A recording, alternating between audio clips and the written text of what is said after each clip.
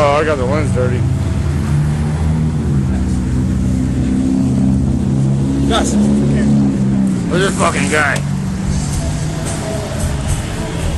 Billy, let's creep.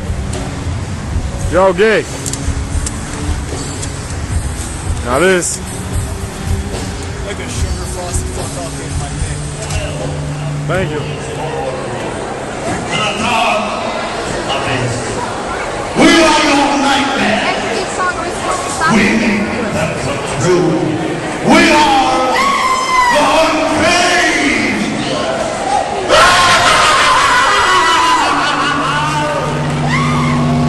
We'll break your fucking skulls through with the robbing of skulls. Are you ready?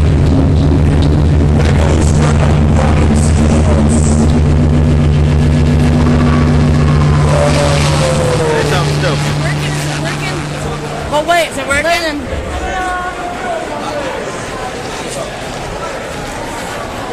Yeah! Break fucking skull! UNCAGED behind the scenes, motherfucker! Yeah, let's break it next. Always!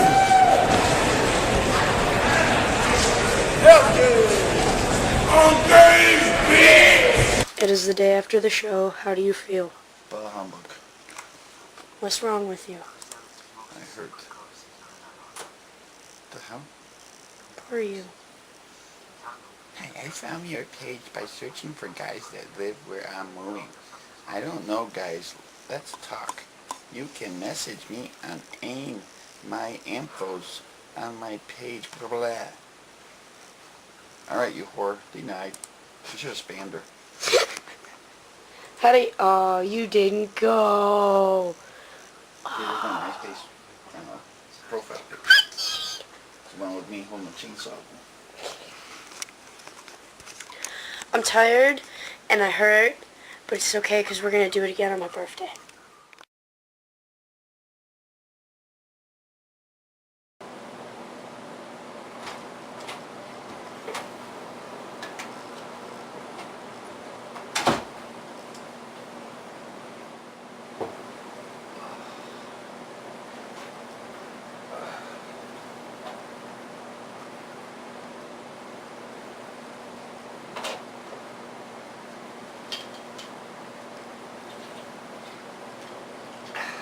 No, the battery gas.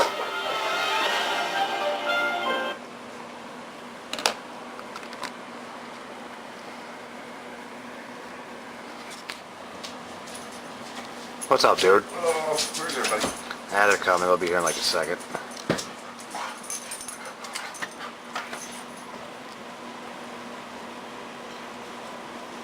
Ow.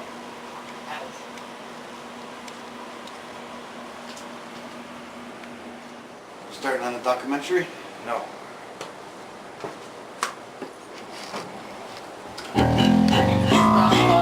Not even saying hi.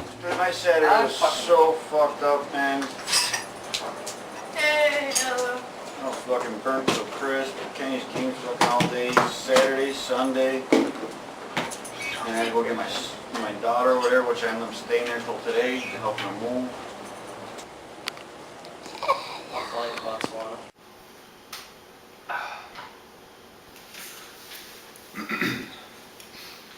Yeah, we needed something different. We were only 5 shows in when we started doing the Misfits gigs, where we went and played in '09, August and October. The first was at Harpo's in Detroit. We found out about the gig through this band from Fort Wayne, Indiana that we played with on our first show. And they were a tight group, sounded good. So we figured, we were a new group and we only had a few shows underneath our belt, so we thought that was plenty.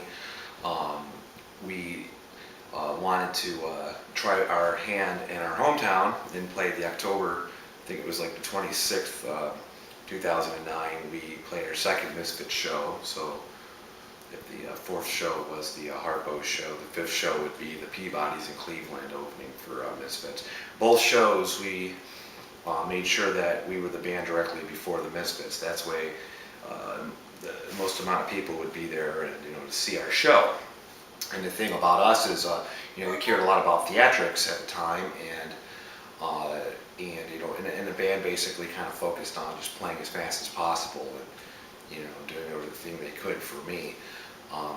The issue I had, which is why we wanted to do such a big show like the TNT Metal Fest in New York, was I felt that it wasn't enough doing the Misfit shows. I thought that the Misfit shows were lacking because just there's never enough room, never enough time to perform the way, at least for me, the way I wanted. And then a lot of structuring things happened in the band due to me wanting more. For one, on the way out to Detroit to play the Misfits gig in '09, I was sitting in a passenger seat and I noticed a hearse that was coming along with us, this horror kind of group type. They do like haunted houses and whatnot. They helped us out. They came to the side of our truck. We're flying down the freeway and they say, "You're spewing something all over." And so we stopped the rig, our big 28-foot camper, and Suburban full of 13, 14 people, and we looked, we're like, oh man, transmission. So we realized transmission's blown. We're about 40 miles out from Detroit, got to do this gig. And we get there in first gear, 30-some, 40 miles per hour, whatever, how long it took. I was upset at Geico. I was really pissed at him. He wasn't showing up for practices right before this gig. He was in Indiana, He was debating on staying there. We had so much invested, in him, and he was like our glue, between especially Nico and I. We needed him as glue. And I figured, well, this is the best time since I don't know if we're going to make it back after this show. I'll just leave him in Detroit. I'll fire him there. So Donnie stayed with Geico. They found their own ride back. A few others got a ride back after the gig, just because we didn't know if we could handle the weight, the extra people. It's if the ship's going to go down, it's going to be Nico and I that are going to be in it.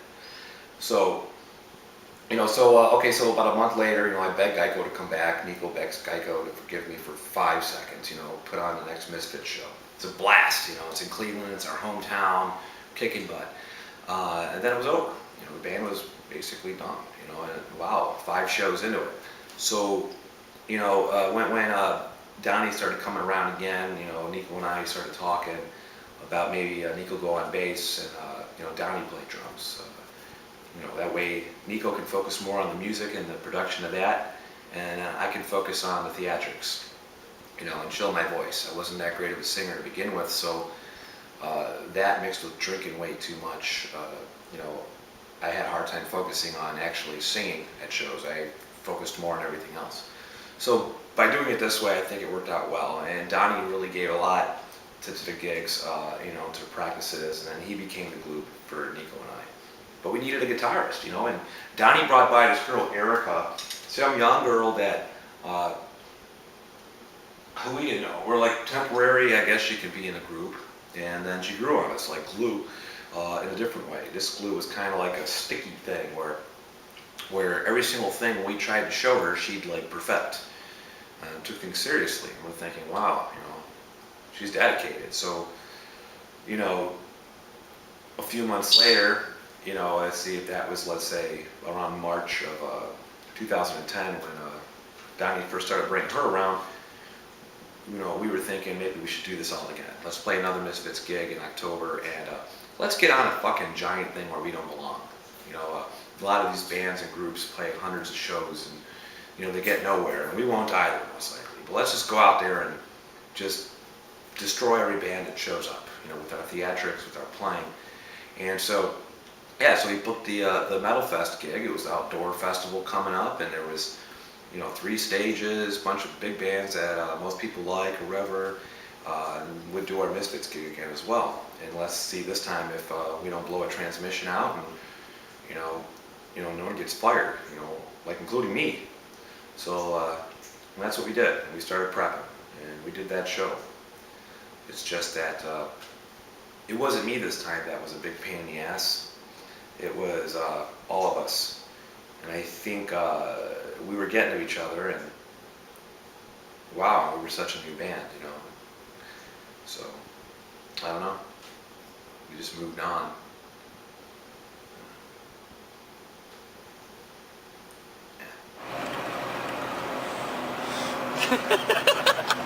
All fixed, huh? Hi, Erica. Fuck you! Is that a cape from some kind of weird... No! He's new. That's George. Got drive to that there thing like that. That was like. Look, they have two head. They were like 6 miles away, and then we This got one's got no head. But you see right there, we went about 6 miles. Yep. Fucking tires and molding and fucking assholes on the road and semis. You can all suck my cock. They just still super glue on the tire. See what happens when you go to New York? Nothing but trouble. Yeah, fuck New York. Not really. I love you. Buy my shit. Fuck y'all. We're having a fun time. Hey, go fuck yourself. You You still know what have I mean? to Every time I go to New York, it costs me a fucking $100. I ain't even there yet. But here's the funny part. Here, come with me. I'll show you. Look, I understand the tires go and they go bad. Now look at these guys. See, they got me. Go up, boys and girls. There. It's Erica, you know, Tammy. Now look what that says. World's most comfortable swing. No lie. Tired? Sit a bit.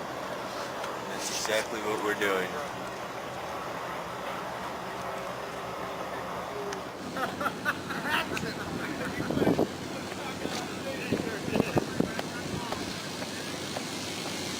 Johnny, it looks like your tire's low on air. Look. Fuck you. Look, dude, serious. Fuck you. Tire's low on air. You gotta get that filled. Kids rock, man. What is Brett's? Hola, ¿cómo está? Taco grande to meet you. Go fuck yourself.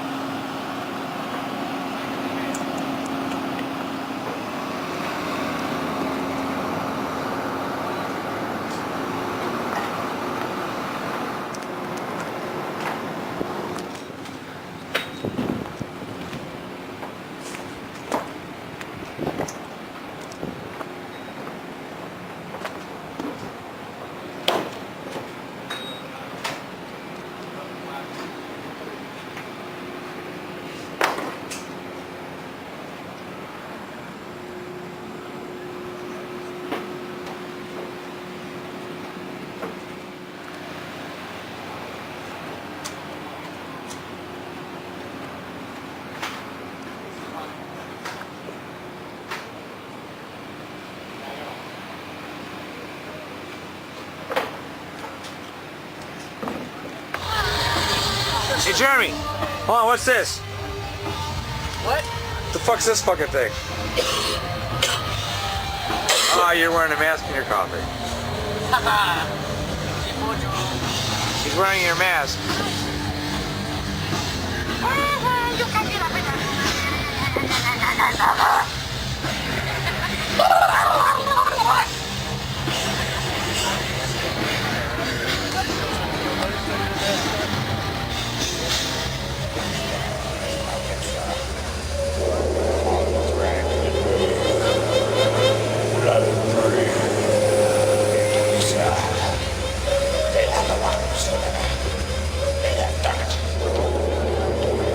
Come on, dude.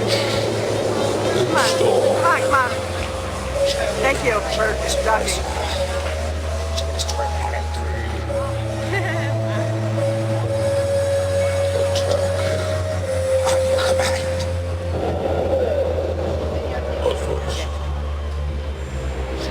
I got it.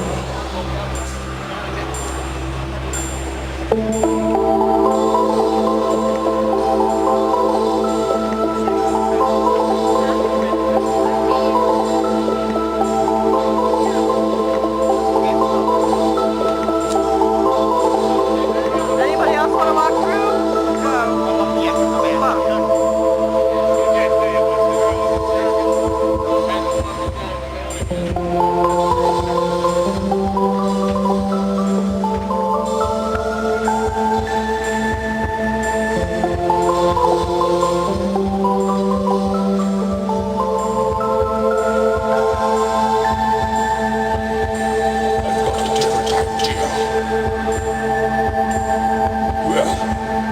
gonna stay right here.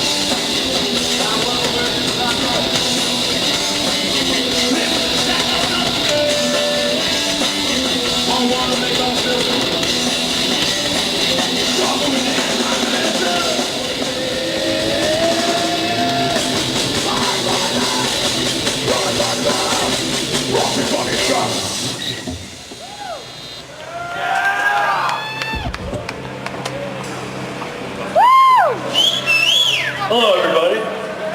I am John Creams. I am the head of BP, and I would like to congratulate all of you for coming to this 3-day festival and spending money on gas so I can pay my bills, feed my children. So anyway, who cares about that oil spill out there? Somebody take BP!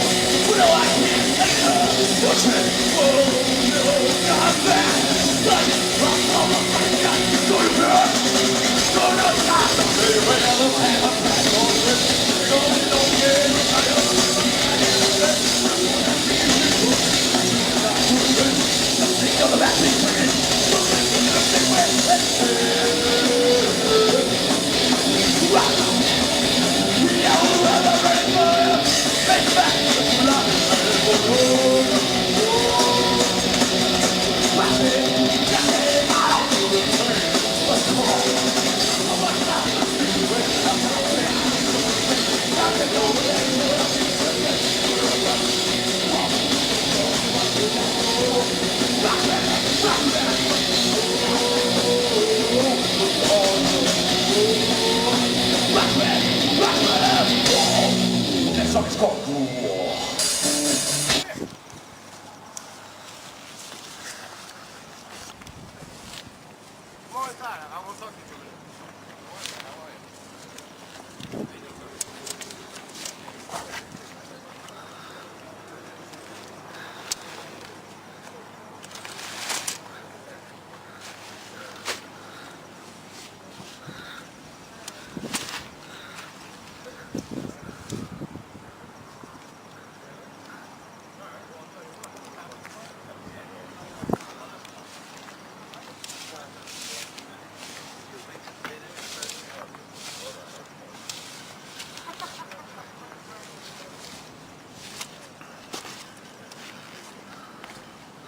Gonna roll them right the fuck up and stick them in the bag too.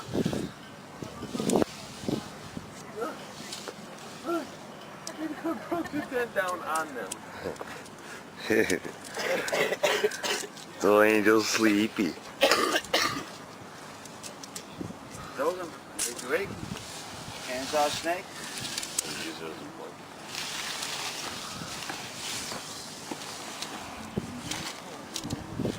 I understand drinking too much, but that's what they do. They sleep in no matter what. My ass gets up because it's either pain or you really have to use bed. Wakey. And they're just like, fuck my blood. Locked in fridge.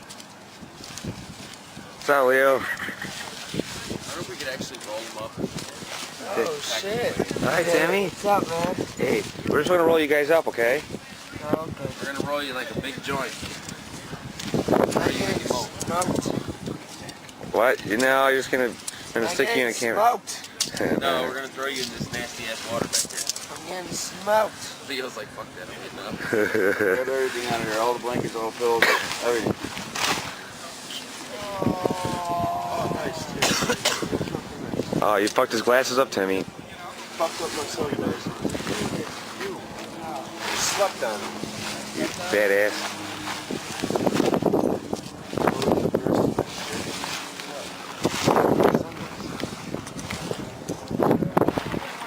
Good morning, sunshine.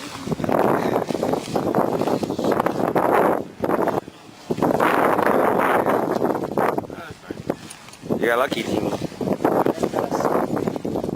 Alright, Leo. They're not broken, we fixed it. Oh, it was just pushing my work. What happened on the bus?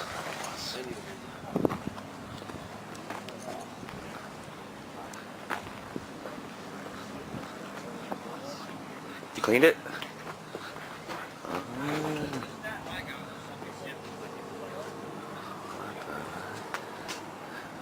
Like zombie fucking drove through.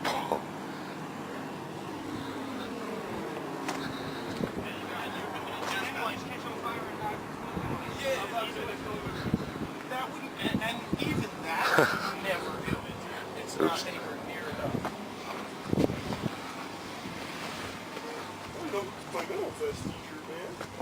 I love my mental thing. Yeah. It's in here somewhere.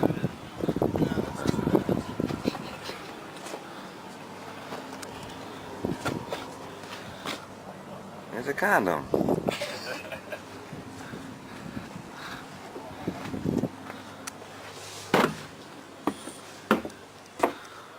That's how you drive. Later, guys. Thank you. Fuck you too. See you guys. No more fighting! Why? Then the war ends. That's not fair.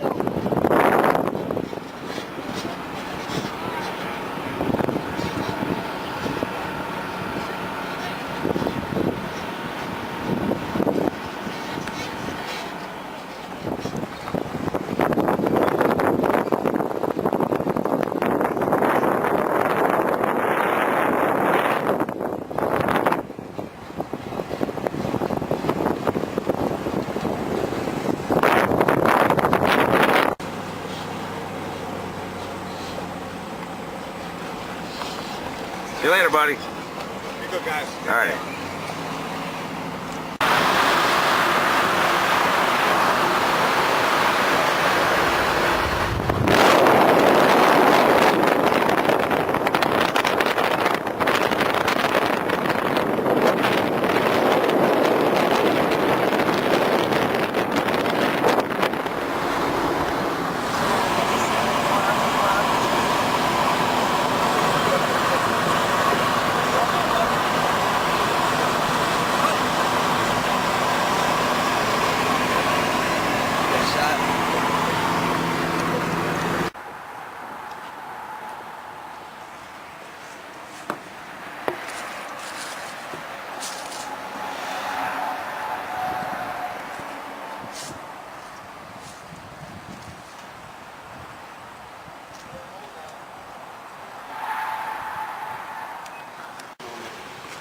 I already took a picture of it.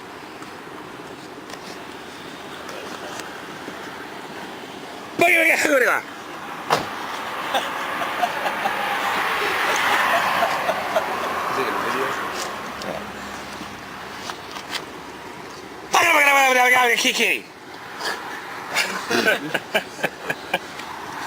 Okay. Now she opens her eyes like,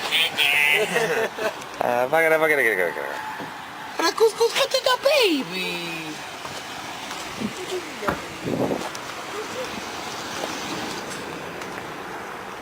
did you get a video of me rolling? Yeah.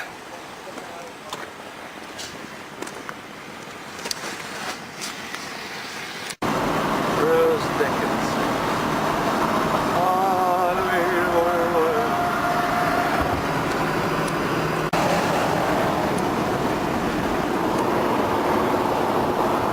Timmy, you're a loser. You smell like poop. Oh, I thought you were sleeping. horse heads. What happened? Village of horse heads. Village of horse heads. Way ahead of me is a guy driving a truck with a big giant pumpkin in the back of it, and we're in a town called Horseheads. Place is the answer.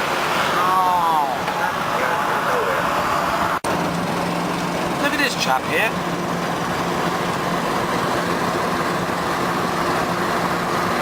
Oh, and look. Chip, chip, out, chip, chip, chop, chip, chop.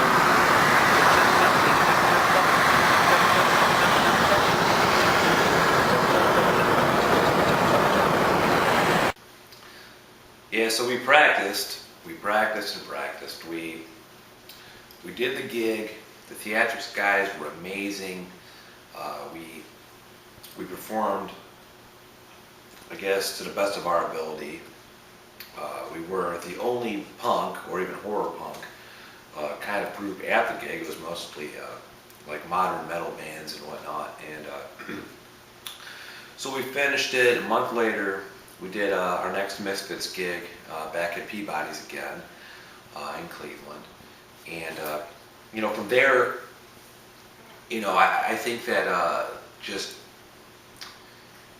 the theatrics, I believe, was good, but the band wasn't holding itself together. It could be maybe 99% me, and I'm just always, let's go, and especially during practices, in between shows, and then I burn myself out and lose my voice and everything else, and then here we go, play a show, and I'm burned out. It's like finally I can take a break. Wait, no, it's time to go on stage. Nico was having a bunch of his own problems going on. He's trying to put things together for himself, and so we figured, let's cut out the theatrics for a while, get the band, moving along. Let's get it going. And we did great. We did a show at a place called the Sack that we never even knew they had shows there. Hardly anyone came. We met up with these guys that we would usually we practice on the same nights in the same little rehearsal location. We got Dead Federation. The guys Mikey and Tom over there said, let's go play at the Sack. Let's do a show. And that band from Fort Wayne, B-Movie Monsters, that we played the Misfits gig with in our first show, also, and I think it was the Rock Bar in '09. They're like, hey, all of us are going to play this gig, I'm like, yeah, sure. Nick, what do you think? And Nico was like, hey, yeah, let's do that. So we, get on the gig, and no one shows up. It's a place in the middle of nowhere, it seemed. But we did good, and we're thinking, let's go play a few more, different kinds of gigs without the theatrics, because this was fun. It was just us being a band, and yeah, sure, I want the theatrics, but can't always have it. So we then went on and hooked up with a band called Vent. Another guys that wanted to play a couple gigs was Dead Man's Curve. So we hooked up with these guys and did a show at I think it was a symposium around Christmas time. It was for Children's Burn Center or Toys for Tots. I think it was Toys for Tots, like a little benefit. And I think that was my my moment to realize that there's more to the band than just just playing some songs and us in the group, or even myself. I realized there was a bunch of other bands out there that they gave everything they got, and they just continue regardless of where it takes you or where it leads you.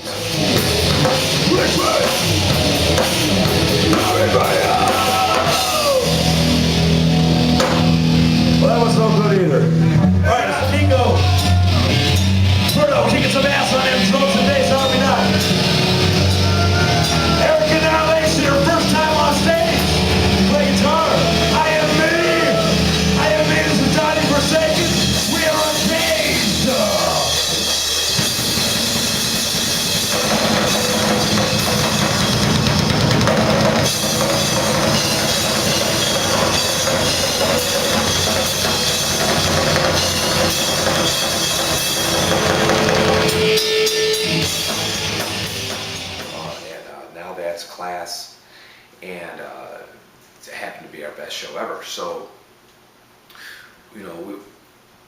we were good at that point. We were content. We got Eric Annihilation on guitar. It's the first time on stage. We got Nico Inferno Master Millionaire Killer. Donnie Forsaken on drums. I am me. We are Uncaged.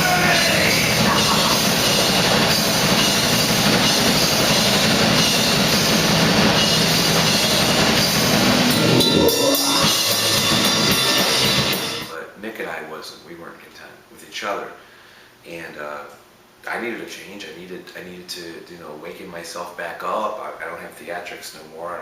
There's nothing working for us except for, just waiting around, to get this thing started. So,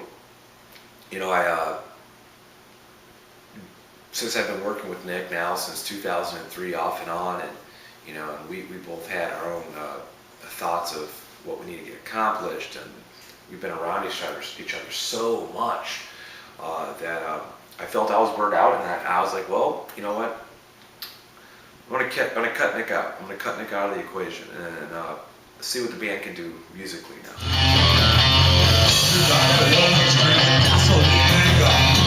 I held the matches because they released the whole place.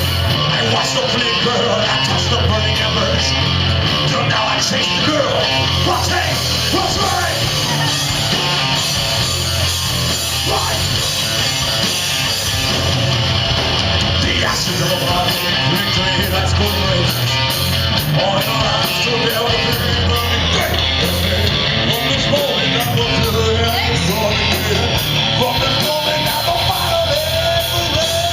Walk the fire to the way to life forever. Right for the fire, way to life forever. They'll soon drug me, they'll strap me to a deathbed. Soon I'm coming, I will meet you here. With a plane, provide brings back forever. With play forever, with play forever. No pain.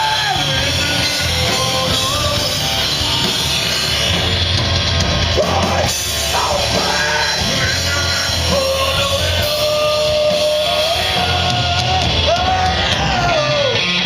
We got Shannon Douglas, first time Uncaged, rock and roll bass extraordinaire. We got Erica Annihilation, first time on stage. I am me, we are Uncaged. This is Donnie motherfucking Forsaken running out my brother.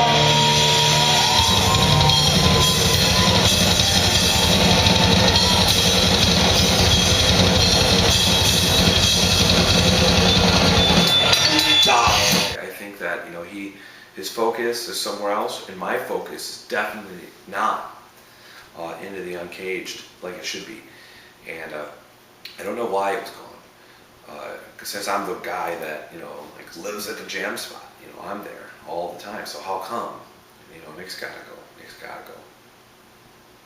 So that's what happened. Nick went. I said, Nick, you're fired. And he's, all right, fine, fuck off. And so be it. It happened. Donnie again comes at his saving grace and brings in this guy Shannon to fill in, I guess maybe till I get my head straight or till whatever. And he's holding us together. Donnie, that's what he was good for. And so we put on about 2 or 3 gigs without Nico, and we sounded awesome. We were awesome. We were great. But the thing is, maybe there wasn't enough heart in the group like there used to be when Nick was there, and so I think everyone felt that, and just slowly, little bit by little, less interest became part of the whole ideal. And I guess it was finally relieved to say that after our 14th or so show that we, I guess killed him. So, who's on the stage, We got the freak show murder killer, mass annihilation extraordinaire, mother effer, all bass. Shannon, get up here. We got Eric Annihilation, her first time on stage for the 45th time. We got Donnie Forsaken, I am you. We are Uncaged, and about to break that thing 48 pieces. Yes, well, I love you. Blah, blah, blah.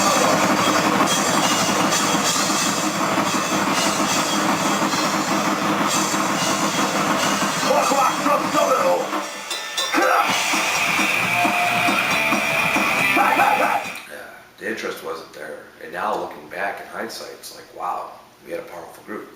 Hell, I even went to jail and somehow found a way to get out and surprise them. Them uncaged members that had their lead singer in jail. They were about to go play a show, open up for Michael Graves and the former singer of the Misfits. They were going to play 5 O'Clock Lounge with Vent and Dead Man's Curve again, and they were going to do it without me. They loved the band. They loved the idea of being in that band. I'll tell you guys something before we keep started. I'm not even supposed to be here today. I was locked up for like 60 days, and they said, you have early release so you can play this show and the show 2 nights ago. So I just wanted to say I wasn't supposed to be here. So this band was still going to be here, never going to play, regardless. So just pretend I'm not even here. I'm not here. These guys are here. They're going to do it anyway. So I'm sorry for stalling. I just wanted to let you guys know that they are uncaged. I'm just a stupid drunk guy in the middle. Yep. Oh, okay, hold on. Oh. Aw, success. Oh, dog? No, I'm good. I got some. I gotta get me some. Anybody else want dog? Dog? I love the sound of static. Alright, I'm sorry. We only had a moment. Did you get your thing that you wanted? You know, we're stalling to make this shit last an hour. That's what we're trying to do. Alright, what? Well. And I fired Nico, and I fired myself by going to jail, you know, and so seeing that these guys were going to do it, and the fact that when I pulled in the parking lot, those smiles on their faces, you know, I knew it would only be a couple more shows, and, you know, sad to Shannon, who just stepped in. Without Nick, there's no Uncaged. Without Race, there's no Uncaged. And we thought the same way with Geico, or Caveman, you know, but he was only a piece of glue. You know, the big part was Donnie, and then shit, Erica. But really, when it came down to it, it was Nico and I. So I guess we all learned a lesson, but you know, the show must go on, and it did, at least for a few more shows.